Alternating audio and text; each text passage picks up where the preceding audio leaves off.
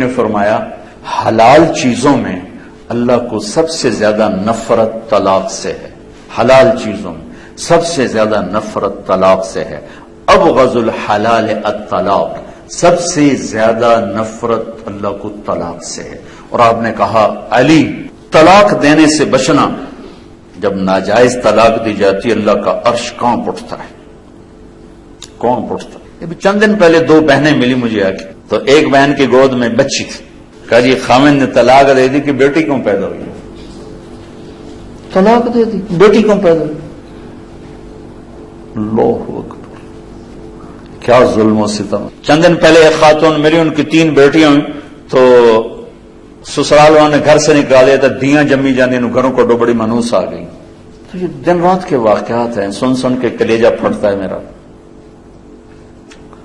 یا النبی اذا طلقتم النساء، اللہ یوں کہہ رہا ہے اے میرے نبی میں آپ کو سفارشی بناتا ہوں، ان ایمان والوں سے آپ کے ذریعے سے بات کرتا ہوں کہ طلاق نہ دیا کریں، طلاق نہ دیا کریں. لیکن اگر دینی پڑ جائے، چونکہ طلاق ایک ضرورت کی چیز ہے کہ نباہ نہیں ہو رہا، ٹھیک، کسی وجہ سے نہیں ہو رہا، پھر ٹھیک. لیکن جیسے میں بتا رہا ہوں بیٹیاں پیدا ہو گئی طلاق دے دو، ساس کو بہو اچھی نہیں لگی طلاق دے دو، میں تیری ماں انہوں طلاق دے، میں تینوں اپنا دودھ نہیں معاف کرنا طلاق دے. یہ ظلم و ستم تقریباً ہر گھر کی کہانی ہے. باپ کو پسند نہیں آئی طلاق دے، مناسبت نہیں پیدا ہوئی، جوڑ نہیں بیٹھا، اب طلاق ہو سکتی. اب جبر کرنا نہیں بیٹی گزارا کر، نہیں بیٹی گزارا کر، یہ ایک اور طرح کا ظلم ہے کہ ہماری مشرق کی بچیاں سسک کے پھر مر جاتی، کسی ویشی کے پلے پڑ گئی ہیں. وہ ہے ہی ایسا نہیں بدلنے والا، تو یہاں طلاق ہے کہ طلاق لو. اب ماں باپ کا ظلم ہوگا یہ کہنا بیٹی گزارا کر، بیٹی گزارا کر، بیٹی قربانی دے. یہ ستم یہ بھی ہو رہا ہے. اسی مر گیا تیرا کی بنے گا، یہاں آگے اس کو برباد کر دیتے. اس لیے میرے نبی نے عجب بات فرمائی کہ سب سے اعلیٰ درجے کا صدقہ تو میں بتاؤں، سبحان اللہ، سب سے اعلیٰ درجے کا صدقہ تو میں بتاؤں. کیا کہ جس کی بیٹی کو طلاق ہو گئی اور وہ گھر واپس آ گئی، اس پر خرچ کرنا سب سے اعلیٰ درجے کا صدقہ، سب سے اعلیٰ درجے کا صدقہ. اور آپ نے ساری بیوہ عورتوں سے شادی کی، سب بیوہ، ایک کنواری عورت سے شادی کی، باقی سب بیوہ یا مطلقہ یا بیوہ. اور اپنے خاندان میں بھی کی، باہر بھی کی. کہ کتنی ہماری بچیاں، چند دن پہلے ایک بچی کا فون آیا کہ جی میرے ماں باپ شادی نہیں کر رہے، کہ اپنی برادری میں کرنی، باہر نہیں کرنی، اور میری عمر جا رہی، اور گھر میں کوئی جو جوڑ ہیں، کوئی شرابی ہے، کوئی زانی ہے، کوئی کیا ہے، اور گھر کرنی، باہر نہیں کرنی، گھر کرنی، باہر نہیں کرنی. بوڑھی ہو جائے، مر جائے، سسک کرنے تو کسی شرابی کے پلے باندھ دینا. یہ ہمارے ملک میں یہ بت بہت بڑا بت. ماں باپ بچیوں کو برباد کر دیتے، بچوں کو برباد کر دیتے. میرے نبی نے قریش میں شادی کی، حضرت عائشہ، حضرت خدیجہ، حضرت سودا، حضرت حفصہ، حضرت ام حبیبہ. قریش میں دشمن گھر میں شادی کی، بنو امیہ، حضرت ام حبیبہ بنو امیہ سے، ابو سفیان کی بیٹی، ان سے شادی کی. قریش سے باہر شادی کی، حضرت جویریہ بنو مستلق، حضرت میمونہ ہلالیہ، ہلال سے. عرب سے باہر شادی کی، حضرت صفیہ یہودی خاندان سے، بنو قریظہ میں سے. خاندان میں شادی کی، خاندان سے باہر شادی کی، قوم سے باہر شادی کی. اپنی بیٹیاں، 2 بیٹیاں رقیہ ام کلثوم، دشمن خاندان، بنو امیہ بنو ہاشم میں دشمنی. آپ نے پہلی بیٹی ابو العاص کو دی، بن ربیہ بن امیہ بن عبد شمس، بنو امیہ. دوسری بیٹیاں 2 حضرت زینب بن کو دی، اور حضرت رقیہ اور ام کلثوم حضرت عثمان بن عفان بنو امیہ. صرف ایک بیٹی گھر میں دی، علی بن ابی طالب. بنو ہاشم گھر میں ایک بچی، 3 بچیاں باہر. یعنی خاندان ہے لیکن دشمنی ہے، دشمنی ہے. یہ سب کچھ آپ نے خود کر کے اس لیے دکھایا کہ آگے یہ سب کچھ ہونے والا تھا. یا ایھا النبی اذا طلقتم النساء، یہ یا ایھا النبی یہاں لائے ہیں اپنے نبی کو سفارشی بنا کر کہ امت محمد طلاق دینے سے بچنا. میں یہ اپنے نبی کو سفارشی بنا رہا ہوں. دینی پڑ جائے تو پھر ضرورت ہے، پھر یہ جاہلیت جو عجم کی جاہلیت ہے اور ہندوستان کی جاہلیت ہے، طلاق طلاق، تیرے ماتھے پہ داغ لگ جائے. میرے نبی کی بچیوں کو طلاق، حضرت رقیہ کو طلاق ہوئی، حضرت ام کلثوم کو طلاق ہوئی. ابو لہب کے بیٹوں سے نکاح ہو چکا تھا، رخصتی باقی تھی. تو آپ تبت یدا ابی لہب وتب نازل ہوئی. تو ابو لہب نے کہا میرے گھر میں تمہارا آنا حرام ہے جب تک تم محمد کی بیٹیوں کو طلاق نہ دو. ابو لہب کے بیٹے نے جا کر بھرے مجمع میں کہا کہ تیری بچیوں کو طلاق ہے، اور جا کے آپ کا گریبان پکڑ کے پھاڑ دیا. اللہ نہ کرے کسی کے گھر میں کوئی مشکل پیش آئے، لیکن اگر جینوئن مشکل پیش آ جاتی ہے تو پھر میرے نبی نے یہ طریقہ رکھا ہے. پھر ہمارے یہاں قتل کے پیچھے پڑ جاتے ہیں، دشمنیاں پڑ جاتی ہیں، خاندان ٹوٹ جاتے ہیں. اگر نیچرل چیز ہے نہیں نبھانی ہوا. حضرت حبیبہ بنت سہل آئیں کہ یا رسول اللہ میرا خامند بہت نیک آدمی ثابت بن قیس، انہیں غصے میں آ کے ایک دو تھپڑ مار دی. تو میرے دل میں گرا بیٹھ گئی، میں اس کے ساتھ اب نہیں گزارا کر سکتی. ان کا دین بھی بہت اچھا ہے، اخلاق بھی بہت ہے، لیکن انہوں نے مجھے مارا ہے، اب میرا دل ہٹ گیا، میں نہیں رہ سکتی. آپ نے کہا اچھا، پہلا خلا، شریعت کا پہلا خلا. آپ نے کہا اچھا تو نے مہر میں 2 باغ لیے تھے، واپس کرے گی؟ ہاں جی واپس کرتی ہوں. ہم نے کہا ٹھیک، جاؤ آزاد ہو. باغ ان کو واپس کر دیا اور ان کو آزاد کر دیا. کوئی لڑائی نہیں، کوئی نفرت نہیں، نیچرل چیز ہے.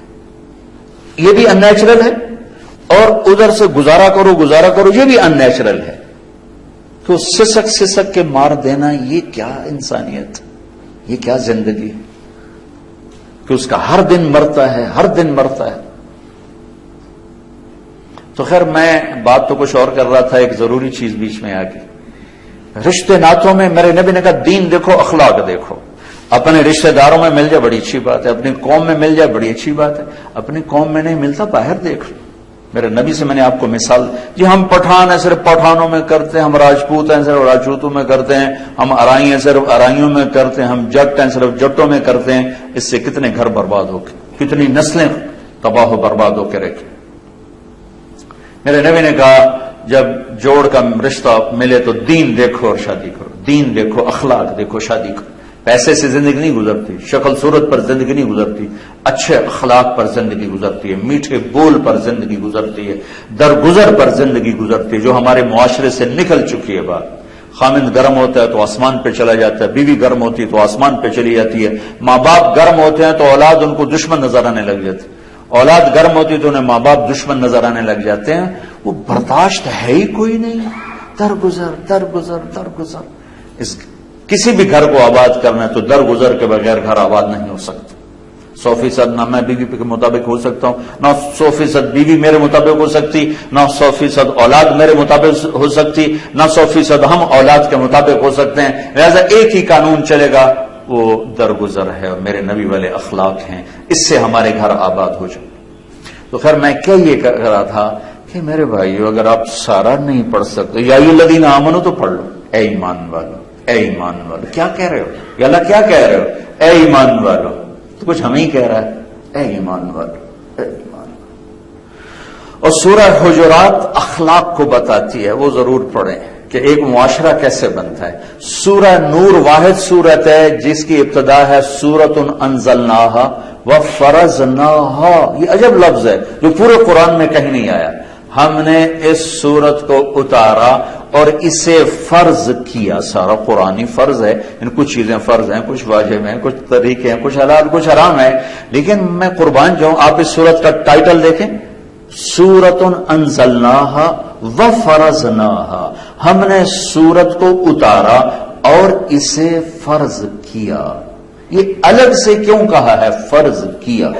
اس ساری سورت میں کو سارے وہ برائیاں بتائی ہیں جس سے معاشرہ برباد ہوتا، کہ ان سے بچنا تمہارے اوپر فرض ہے.